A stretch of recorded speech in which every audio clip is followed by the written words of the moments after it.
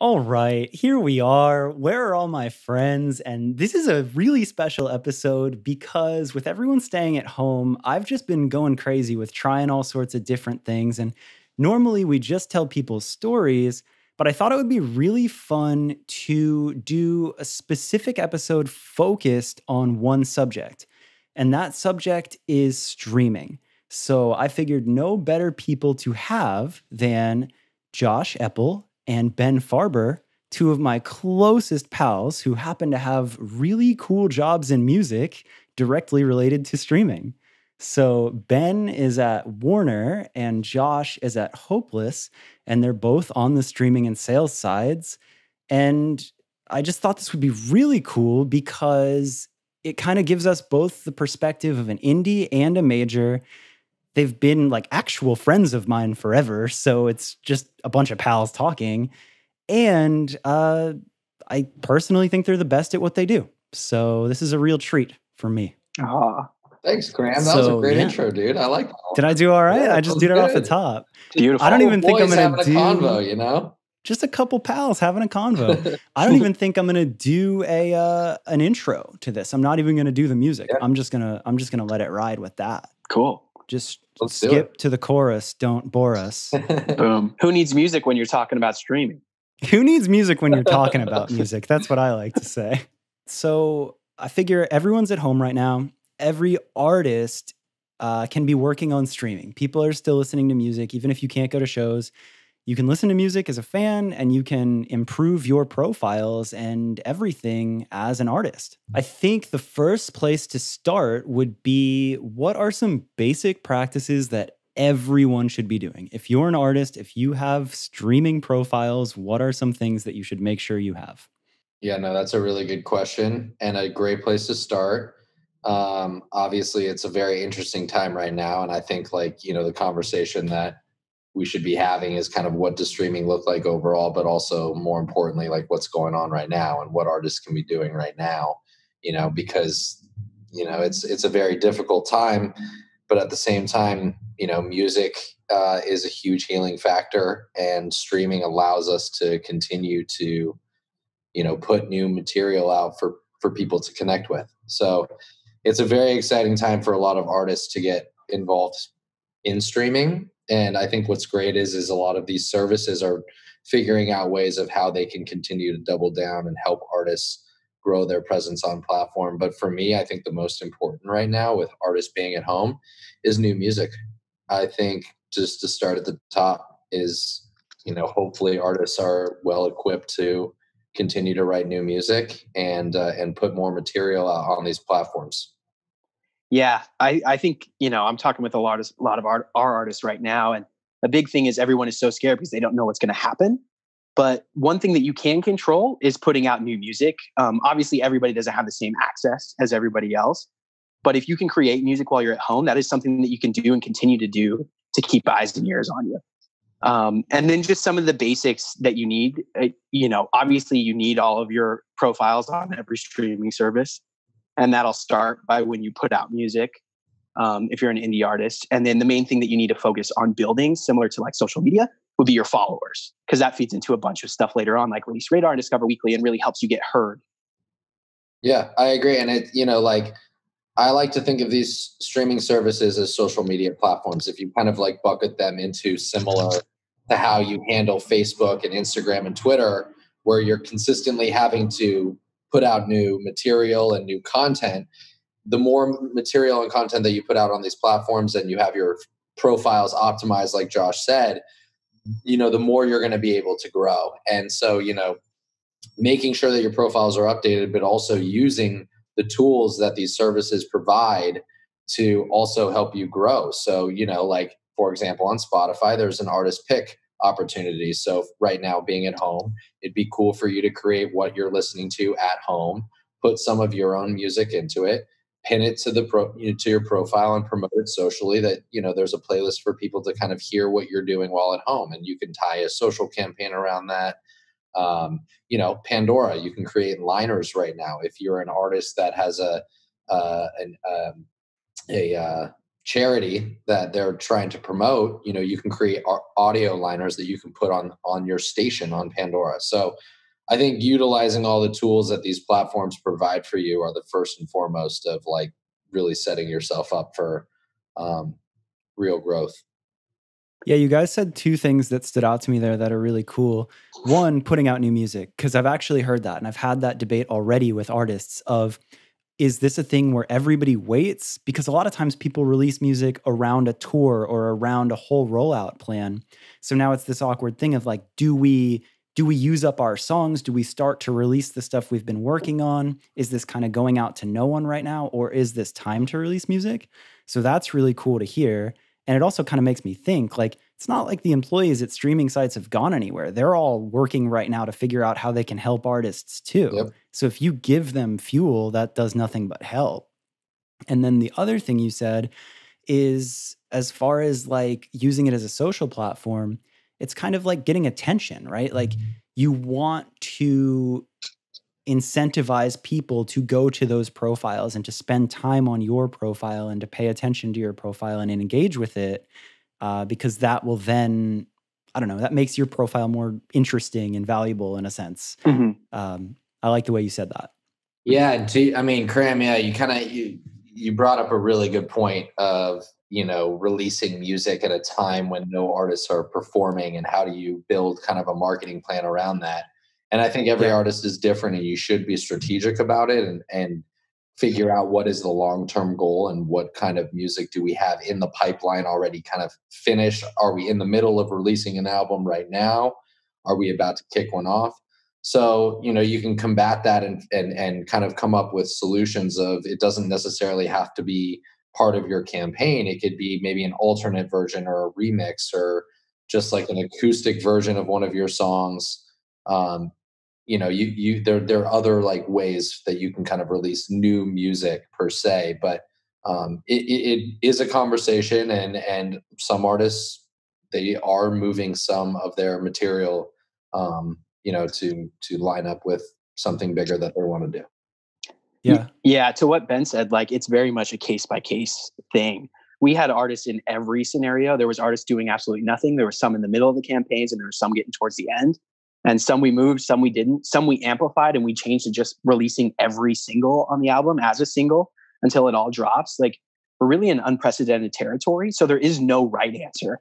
You just have to know what's right for your audience and feed them and continue to try and grow. And that's all you can do. Yeah, that's interesting. I'm of the belief that it's never a bad thing to put out more content. And I think that music is going that way, but it's cool to hear that from y'all. Do you think that there's a benefit to singles or an album right now? Does that matter? I think again, it's dependent on who your fan is, what you plan on getting. Like if you have an album in the bank and you weren't planning on having a tour or anything else anyway, yeah, release it. Like people are at home and people are listening to music. I also think it's a time where a lot of people are bummed out and they're looking for escape. And that's when I found some of the best music in my life. So like, if you have that ability to give that to people, it could probably be a really big thing for your career. But if you had this whole big tour and that was really the anchor of your release or anything else like that, like a big event, it might be worth waiting to put out that album and maybe just continue to release some singles or maybe more singles than you were planning on originally. That's cool. That's well said. All right. So next part, you find some new music to release. You have something to release, be it an album or singles. There's a lot of people talking online right now because that's the only thing to do. So how do you get attention to your music right now? So it's kind of partially streaming, talking about streaming platforms, but it's also kind of talking about socials. Josh, I know you've gotten real creative with things. I know TikTok is a very hot thing to talk about right now. So you put out music. How do you get attention to it properly right now? For me, like anytime I'm working with an artist on something like that, the question is, would you care if you saw this? Like, why would you do anything that you wouldn't care about? Like, you have to give everything 100%. And if you're doing something that you wouldn't care about, why would anyone else care about it? So when you're planning a release, a single, an album, whatever, like it should be big and it should be a thing that people will want to click on or listen to. Like you can't just put it out and think it's going to do well without any actual plan or heart behind it. And I think that goes with, I think we're going to get into this a little bit later, but like playlisting and curators as well. Like, why would anybody care about your release, and why would they put it on playlists if, you don't have an answer to that question? Yeah. No, I mean that to me, you said that so well, because I always think about people talking about playlisting and getting these features and attention. It's like it's almost this, you expect it as it's a right. Mm-hmm. Where to me it's like, well, if you don't care, if you're not giving it everything, why are they gonna? There's so many other artists competing for that same space and attention. Right. So you have to make that stand out, and you have to show how much it matters to you and that you're putting real attention there yourself. Yeah, Totally. and also you got to put time into it too, and like, interact with your fans, especially now more than ever. I think Yeah. people want that intimate connection with you, and artists have an opportunity while they're sitting at home to just be commenting on back at fans on their Instagram posts, and just going live on IG, just like keeping it real, keeping it authentic. That keeps you in the marketplace, and keeps the attention of your fans, so that when you put new music out, you already are engaged with them. It's just part of your everyday story. Yeah. So it's an important factor to kind of stay as active as possible and connected with your fans through all your social platforms now more than ever. Yeah. Yeah. And I mean, I think that artists are in a super lucky time right now because the tools are out there to use. Like Ben mentioned, Instagram Live, which is perfect. And then TikTok is another huge one. Like, people can go out there and promote their music via these social platforms. And people didn't really have that option before. If there was this kind of pandemic when touring was the only way to get your music heard, it would be awful for everybody.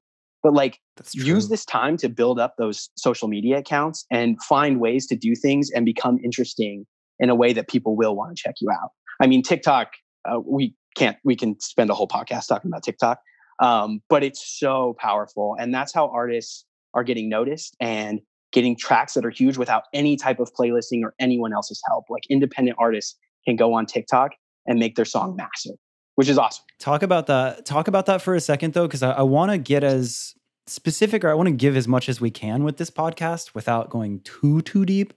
But instead of just saying as a broad thing of like, it's powerful, what can you do? Like, cool, you have a new song out. What's the move? Where do you start? Well, the first thing would be to get your song on TikTok, which you could either do if you're distributing music via whatever, like a TuneCore, if you're an independent artist, or if you have a label, it's going on there. But you could also make a custom sound. Like, you don't need any type of access other than your own. You can go on, make your own sound, and then you start making videos with it. And it really is just this viral thing where, like, if you make a video that's funny or, compassionate or whatever, like, people resonate with it and then they create the video and it just keeps on going and going. We did a campaign with one of our artists recently, and it started with just one video, and that one got 1 million views. And then it turned into 40,000 videos. And, there was probably over 300 with 1 million views. And that's something we got from nowhere else during this campaign. And we spent literally $0. And what Josh, what was, so an independent artist could do that same thing. What was the video? Like, what was the action that they did? So this in particular was by a band called Water Parks, and the song was called "I Miss Having Sex, but at least I don't want to die anymore," which is perfect TikTok line. So fans would create a video where they would get a question beforehand, and it would get really weird. But one of the coolest ones was, "How do you feel now that you're on antidepressants?" And that reduces your sex drive. So the answer to the question would be the chorus of the song. Well, I miss having sex, but at least I don't want to die anymore. And that really resonated with young people because more and more so people are getting on antidepressants and they're depressed. So it just really sparked this whole thing. And then it got into some really weird sex stuff and it got even bigger, which is amazing. Yeah, no, but the reason why I ask, and because I've tried to have a lot of conversations with kids who actually are really engaged on TikTok and how their behavior is. And the one thing that I've noticed is it's not necessarily the song itself. It's the action that's part of the song, or the like the dance movement that they know more than just the song. So for me, it's like, I would recommend for artists to like think about that when they're just uploading like a good line or whatever it may be, but more so think about, well, what is that dance going to be, or what is the video going to look like that you want to you want people to recreate?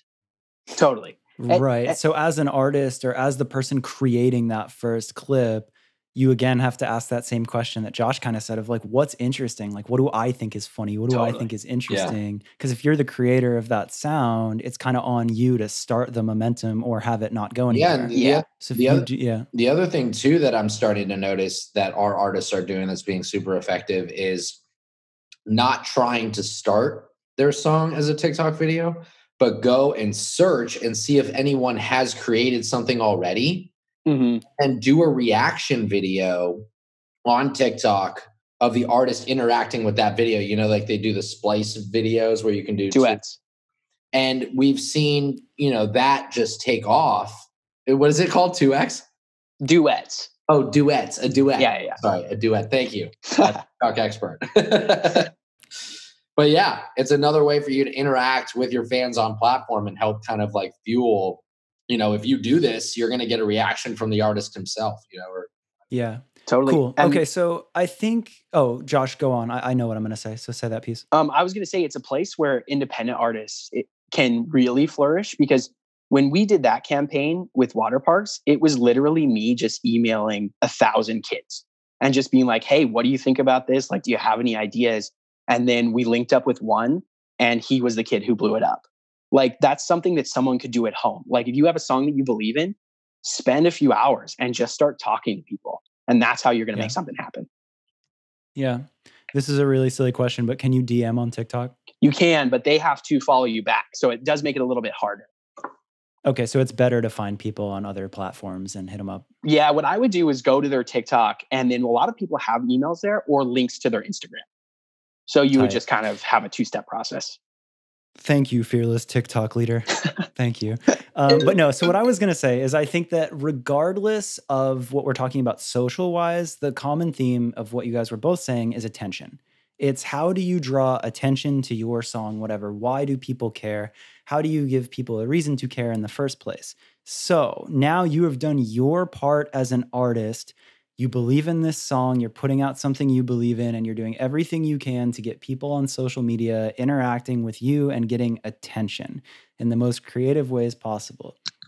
Now that you have attention and you want to translate that into more streams, what does that look like and how do you do that? I can specify more.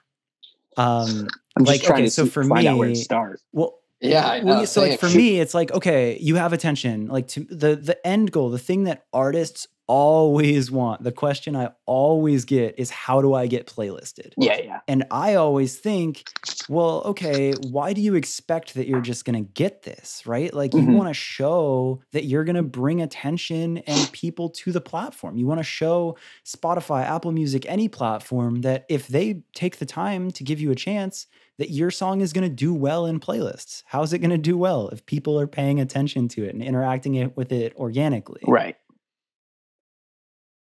Yeah, I mean, that's exactly it, is really like you got to think about playlisting from a broader perspective. Like everyone obviously wants playlisting, and that's like the number one thing in our industry that we go after right now, because playlisting really amplifies your brand on and off platforms for sure. Like it's talking points, it's there's a number of different benefits, but like, you want more playlisting, you got to think about what the bigger picture is, and what your release schedule looks like, and what song do you really want to push and to like scream from the rooftops, like this is the one that needs to be playlisted. Like those are strategic conversations that you need to build. Yeah. Okay. Yeah. Go ahead, Josh. Yeah. I think for too many artists, they're too focused on kind of the first week, right? When you put out a song and you get 0 playlists, they think that's the end because, curators at Spotify, or Apple, or wherever else have denied them. But that's really the beginning of a song's life. And then it needs to prove itself worthy, especially at such a young, like if it's a young artist or an independent artist, like you should build it up before it ever gets to playlist curators, so that way it will have more familiarity with people who have already heard it, and it won't just get in and get out. Like when, I Yeah. don't know if many people know this, but when something enters a playlist, the curators are looking at analytics. And if it is skipped over or if it's manually changed too often, it's being removed from that playlist. And then it will actually hurt your future chances to get in those playlists. So you should really go, as Ben said, at the right time. So if you have a song and it comes out and doesn't get anything, that's fine. Try and build it up at other places, whether it be TikTok or Instagram or SoundCloud or wherever. And then as it starts to grow, you always have those opportunities to go back. How does that work with Pitch Tool going back? Ooh, that's a good question. Pitch Tool wouldn't work super well for going back. What you could do is you could release it somewhere like SoundCloud and TikTok first.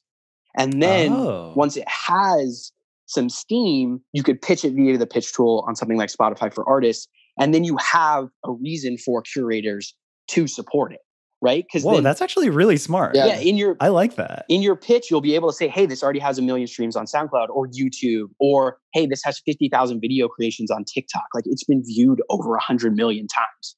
Then it's going to go somewhere. I like that. Yeah. So many people pitch songs with absolutely no reason, nothing behind it.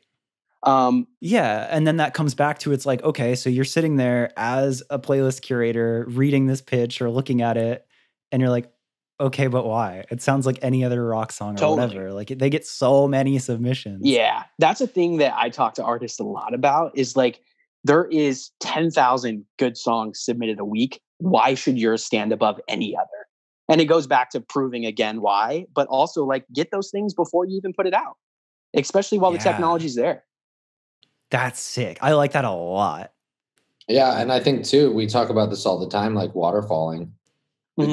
Coming up with alternate versions of songs and releasing them as waterfalls gives you another opportunity to you'll pitch the alternate version through the pitch tool. You can't pitch the original, but if you have a story on the original, you can use that pitch to pitch the original through the alternate version. It's like, hey, we're putting this alternate version out, but we're continuing our focus on the original because it has 500,000 streams now on Spotify and we're growing every single day, things like that. So that's another strategy. Let's talk for a second about the pitch tool, because I realize that maybe there's somebody out there that doesn't know how to use it or doesn't know what it is, and that's a basic thing to cover. So if you are an artist, this is specifically for Spotify, but if you are an artist and you want to get your song in playlists, now the way it is set up is you can go on your artist side of your Spotify profile and give them a heads up through your profile that you're putting out new music and pitch it for playlists. Can you guys tell me, because you know better than I do, are there best practices? Are there ways to do it right and wrong? Like if you submit for the wrong genre, or if you like don't put too much info on it or put too much, like is there a right and wrong there? I do think there are some best practices. And the first one would be submit anything that you release, especially if you have followers. Because what it's going to do is that pitch tool is going to send it to your release radar and get you started in algorithmic playlists, which is super, super important, which I know Ben mentioned on your guys' last podcast. But that's the thing, like build up your followers, and then any song you release via Spotify for Artists is automatically going to be delivered to them. So that's just something that you can continue to grow. I want to right on that before you go to the next point, Josh, is like the other thing too that a lot of artists don't do is they don't let it get pitched through the pitch tool with enough time.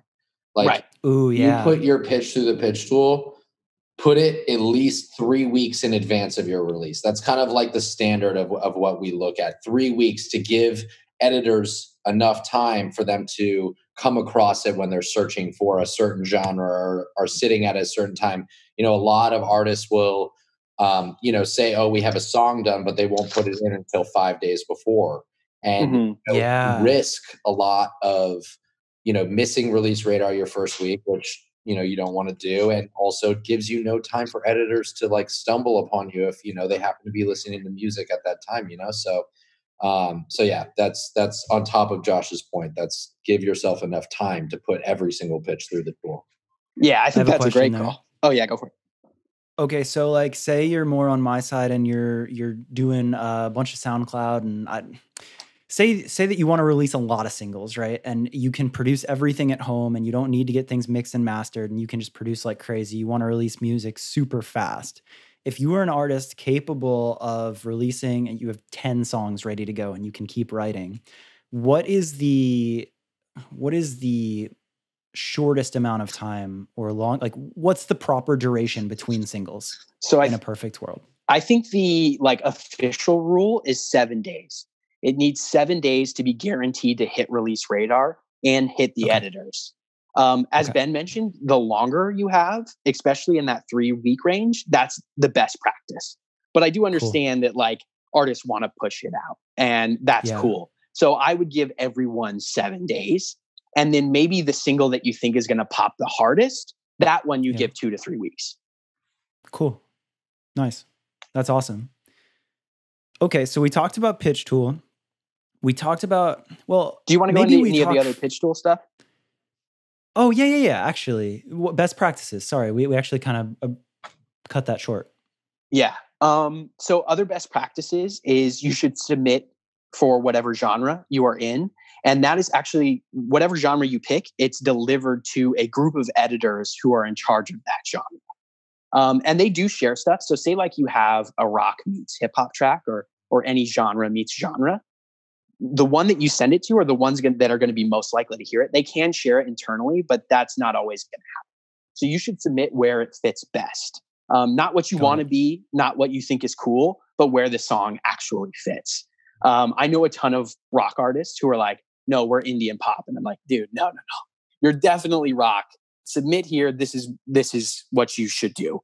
But so many artists think they are what they aren't. But yeah, you should always submit genre, and then it's going to go to those editors. And then there's an opportunity to put a specific breakdown within that. So if you do rock, there's also alternative, or if you do hip hop, there's also like emo rap. You could do all of that kind of stuff, and you should mark that. I think the max is 3. And that helps them determine as well. And then you could always fill out the mood stuff. And when you're putting in the description, I would keep it light. Keep it to information that is most necessary. You don't need to put things like this is the release date or this is the artist name or whatever, because that stuff's already in there, right? So use your lines wisely and do 2 to 3 things that are super exciting. And then talk about how you're going to promote it. Not Spotify editors understand. Spotify editors understand that there's not always things happening, especially for young artists, but they want to know that you're working towards something. So you can even pitch 1 or 2 sentences of what you're planning on doing with the track. Interesting. Yeah. So you could say like, I have X followers. When this song comes out, I'm doing I have these ideas for TikTok. I'm going to do this. I'm sharing it with all my friends, and we're going to do a collective like music video or something. Again, it goes back to the simple way of putting it is Spotify is not your marketing plan. It is part of your marketing plan. If you think about it that way, they want to know how they're going to fit into your overall strategy of who you are as an artist. And that will be more receptive than, Spotify needs to put this on these playlists in order for me to grow. Well, like that's like this whole podcast. I legitimately feel bad for playlist curators and people at streaming companies right now, because it's just this thing of everybody expects that they just get it. And it's like, well, we want it now. And it's like, no, do your part. Show them that there's a reason to pay attention. Put in your effort too. It's not just a one-way street. There's people that work there. They care. They want things to do well, not to just have a bunch of things that they try that don't do well because an artist wants to feel special. And the great thing about the editors is they want to help. They want to discover you and to promote you and promote good music and be your champion. And so, when you do find that moment or your song does make that playlist, it's important for you to understand that now you are building a partnership with someone in a company, and you need to figure out how you're going to amplify their goal and their initiatives of what they're doing. And so, when you find that champion, it might not be Spotify. It could be Amazon Music or Apple Music. That's your first partner to give, you some playlist love. Take that and understand that, oh my God, like I have an opportunity to really invest in one of these services as my champion. And as I go, they're going to, I'm going to remember them as like, they were the ones that kicked me off. And that's a partnership. I love that you just said that because I feel like it's so easy to only talk about Spotify Mm-hmm. specifically for streaming. But it's like we have friends at all sorts of different platforms and like they can change your life. Like if you get mad love at Apple or even something like Amazon, anything, like that can be huge. That can be your first look. And if they like you, they can keep putting you there. Like I mean, think about that's a these cool companies. point. Like we're talking about Apple and Amazon. Yeah. Like It's you, not just you like some small little thing. you could one day be the face of their Alexa campaign for globally. Like they could be doing a developing artist campaign and want to blast billboards all around the world for their next Echo device. And oh well, this artist has been championing us, and we kind of been championing them. Why don't we put? You never know. Like Yeah. it could be something completely insane that you're just not ready for. So it's important to Yeah. like double down on champions. So let's talk for a second. Regardless of the streaming platform, you get playlisted. You go through, you promote your song, you do whatever you do, it gets noticed. What are some good practices to do once the song has gotten some playlist love or some kind of look? Well, I mean, this goes back to what we were literally just talking about, is building that partnership. You get a playlist. The first and foremost thing that you should do is shout it out, you know, call it out, like scream it from the rooftops, like, thank you, Apple Music, for putting me on alt control. Like, even if you're in the 17th spot, like, show them love. Like, that's huge. Yeah. So or on Spotify, pin that playlist to your profile. The editors are paying attention to you, that you are taking notice that they're giving you this love. So those are some easy points that you can kind of just give it when that happens. Yeah. And like that's more so on the artist side. Like if we're talking about label and people in the industry, like if anyone is listening from those areas, like how do you take one thing at one service and then try and make it happen everywhere else? You know what I mean? Ooh, I love that. So if you Yeah. get something going, how do you go and take that story and then so if you get a Spotify playlist, then can you go Mhm. to Alt Nation or Sirius XM or some type of radio station and be like, hey, we got this, our streams are this. Can we get some love? And then that happens. And then can you take it to Apple Music? And like, how do you keep raising all of these levels? Like there's so many different partners. And once you get one thing going, it really starts a snowball. And you just got to keep that snowball rolling. Yeah, that's a really good point, Josh, because like on the label side, it's all about building that story. Like you Mm. want to figure out what is the story that you're going to tell to each partner that shows them that there's some real movement here. And so, yeah, I really like your point of like, if you are starting to build a story, say at Amazon Music, how do you transfer that over to another service and just watch it kind of grow? That's a good point. I mean, dude, I think that comes back to even the inception of the song, right? Mhm. Like if you have a song that's boring or it doesn't mean anything, how are you going to build a story? But Right. if there's a song that is really meaningful, or if there's something that is not everyone would realize from the beginning, and then you double down on that and you tell that story, then it's exciting to anybody. Like it's people. Everybody working in music is people. So if Absolutely. you have a good story and you build that story and then one platform connects to it, then you keep telling that story. If it starts with a good song and a good story, it's that much better. Totally. That's cool. That's awesome, actually. That's great insight.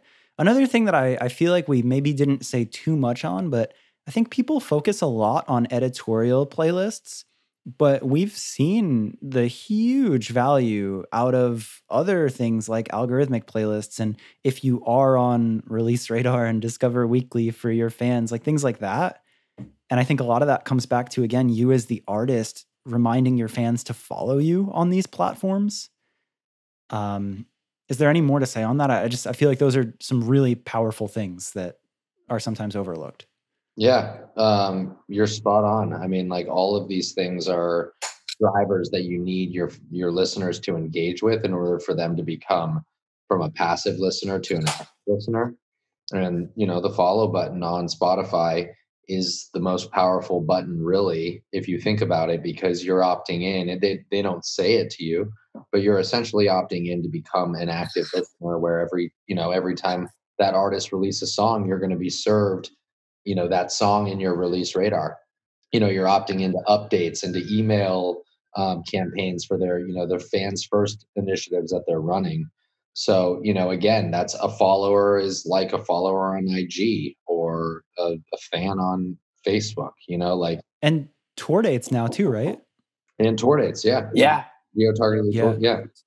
Which I love. Like, honestly, it's hard for me to keep up sometimes with all the artists that I like on tour. So when I follow artists on Spotify and I see that they're coming through, I'm like, oh, this is amazing. Yeah. Like, it's nice. So you want to do everything you can to get those, to get listeners to interact with that, because it goes back to the playlist. Like, think about, like, people just have to think about playlisting and their streaming behaviors personally, and can assume that that is the normal behavior of listening to music. Like, we put on a playlist because we want to discover music, but also more so because we're possibly just wanting background music while we cook or while we work. So, just because you're getting shit tons of streams off of a playlist doesn't mean that that's going to translate into, a real fan, because it's much more passive listening. So, yeah, that's a good point. I had a question. I had, before we started this, I had asked some people on social media, like I just posted, like, anybody out there have questions? And there was one question that I liked a lot.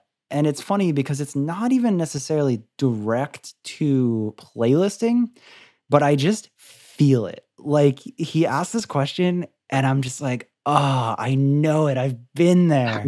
And I'm curious to get y'all's perspective on this. Says, I guess that's not necessarily a question on streaming specifically, but networking and name familiarity can definitely help. So often it seems like an artist's success can kind of be attributed to knowing the right people at the right time. So breaking into social groups bigger than your own can feel intimidating and like you're annoying. What tips would you have for trying to network in more successful circles? And that, to me, it's like, I feel that with playlisting as well, right? You're like, yo, how do I meet a curator? How any of this? Like, that's hard. And I know that feeling. Dude, it's massive to have a network and to be talking to other artists if you're an artist, or to other industry people if you're in the industry. And tips, I would say you just got to go for it. Like, it's anything else. Like, the worst that's going to happen is they're going to say no, or they're going to ignore it. But if you don't hit people up, it doesn't happen anyway. So you just got to go for it. DMing people on Instagram is massive for artists. Like, just hit people up. Everyone, if you're like a true musician or artist, most other are just like you, and they would be down to collab with people that are really passionate about what they believe in. So yeah, the biggest advice is just to go for it and to talk to people. If you have oh, go ahead. No, go ahead. Finish. If you have artists that you really love, especially, like, I wouldn't say, like, if you're like a starting up pop singer, don't go and hit up Halsey. You know what I mean? Like, hey, maybe you should. I don't know. But like, hit up the people who are in the next bracket above you, or maybe the people that are in the same bracket as you.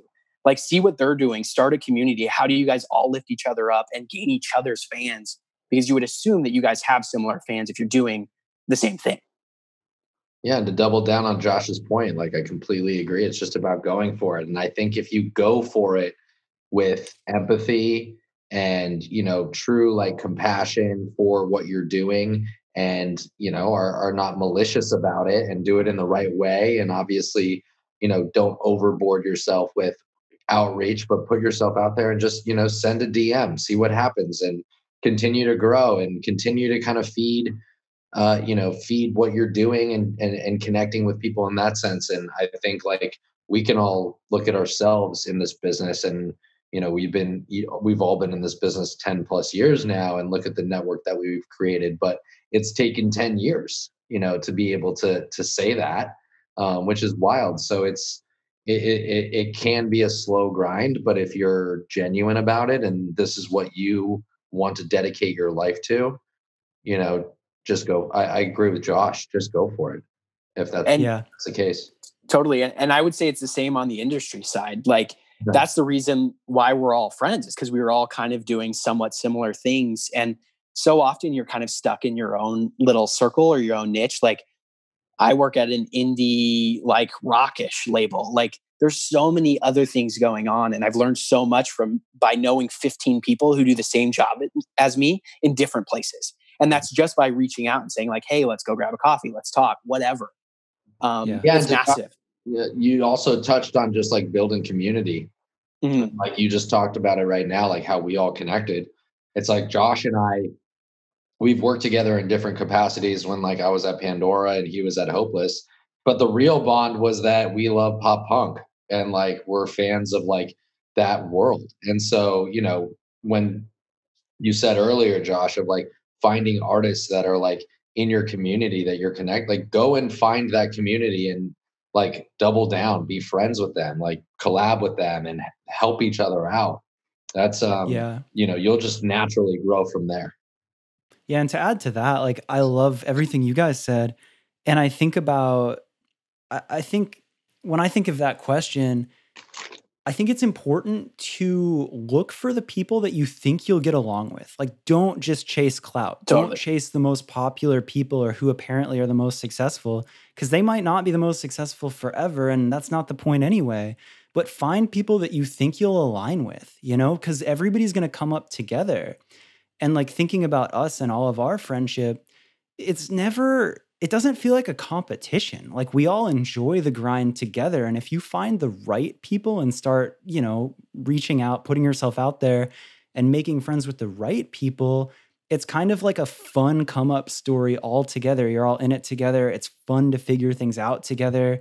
I know all of us bond super heavy on the fact of like, this isn't some competition where there's not enough room for everyone to succeed. Totally. Like we love seeing our friends come up and we love to help. We'll hit each other up in text all the time like, yo, what do you think of this? Could I be doing this better? So as you do start to build your network, don't do the whole forced thing because you think somebody's cool. Do the thing that you'll be stoked to come up with those people for years to come. Yep. Absolutely. Yep. Tight. This was cool, you guys. Yeah, this Very was cool. awesome. This was really fun. Yeah, this was fun. Yeah, I've been kind of trying to play around with different formats, and I love telling stories, but I thought it would be kind of fun to like tackle a specific subject, especially with you guys being down. Yeah, hopefully Totally. it'll be helpful for a lot of artists that are, in a really tough time right now. Yeah, It's a crazy anybody time, dude. listening, please let us know if this helps. Let us know if we missed any questions or anything, if there's something to come back to. Yeah, let's do. Maybe we can do a little AMA. We'll come back into the comment. Yes, Totally. please, yes. And to go with that last thing that we just talked about, like you could always reach out to us as well. I literally had like a hip hop dude with 15,000 monthly listeners DM me last week, and we had an hour and a half long phone call. Like, yeah. Did you really? Yeah, dude. And it was awesome because like I don't get to talk to artists like that often. And like people are out there to help. And like if you find the right people, it's awesome. Yeah, that's true. That's super true. Like you never know if you're going to catch somebody on a good day and they're just down to help. Sometimes you'll catch them on a bad day and whatever, don't take offense to it. But like he never would have had that conversation if he didn't take the chance. Totally. That's really cool. One thing for anybody listening, I know a lot of people listen to podcasts and don't necessarily say anything or whatever. I have found that it means the world to people that are guests on podcasts to hear from listeners, to know if it helped. So real quick, Josh, Ben, tell people where they can find you, and please shoot them a DM or a message if you have a question or if you just liked this and found it valuable, because it's really cool to hear from people. You can find me on Instagram and pretty much every other social platform as BL Farber. And then I have a podcast myself called How the F Do I Podcast to help you live your best life if you just want to listen to me talk for 45 minutes with my co-host Marta. But yeah, BL Farber is where you can find me. And like Cram said, feel free to DM. Just go for it. Just go for it. You can find me on Instagram as well. It's Epilogue, EPPELOGUE. And I'm also at Daniela's Pizza in North Hollywood most Fridays nights. If anyone wants to eat. You think he's kidding, but yo, you realize we're going to do that now. Stay-at-home lift. Over, man. Friday night, we're just going to sit there and answer streaming questions from 6 to 8. Can I just say a story about Josh where we have a mutual friend, Maggie, and we were talking about him, and she was telling me that there was like this batting cage place in like North Hollywood. Burbank. And how she like randomly found the pizza there and brought it up to Josh, who is a big pizza enthusiast. And what was the response? Oh, yeah. Glad you found that spot. Yeah. Best pizza in town. Best pizza in Burbank. Leave it to Josh to have tried every pizza down to the batting cages. Well, cool. Thank you guys so much for doing this. Yeah, dude. This was fun. Of course. Thanks for having us. This was awesome.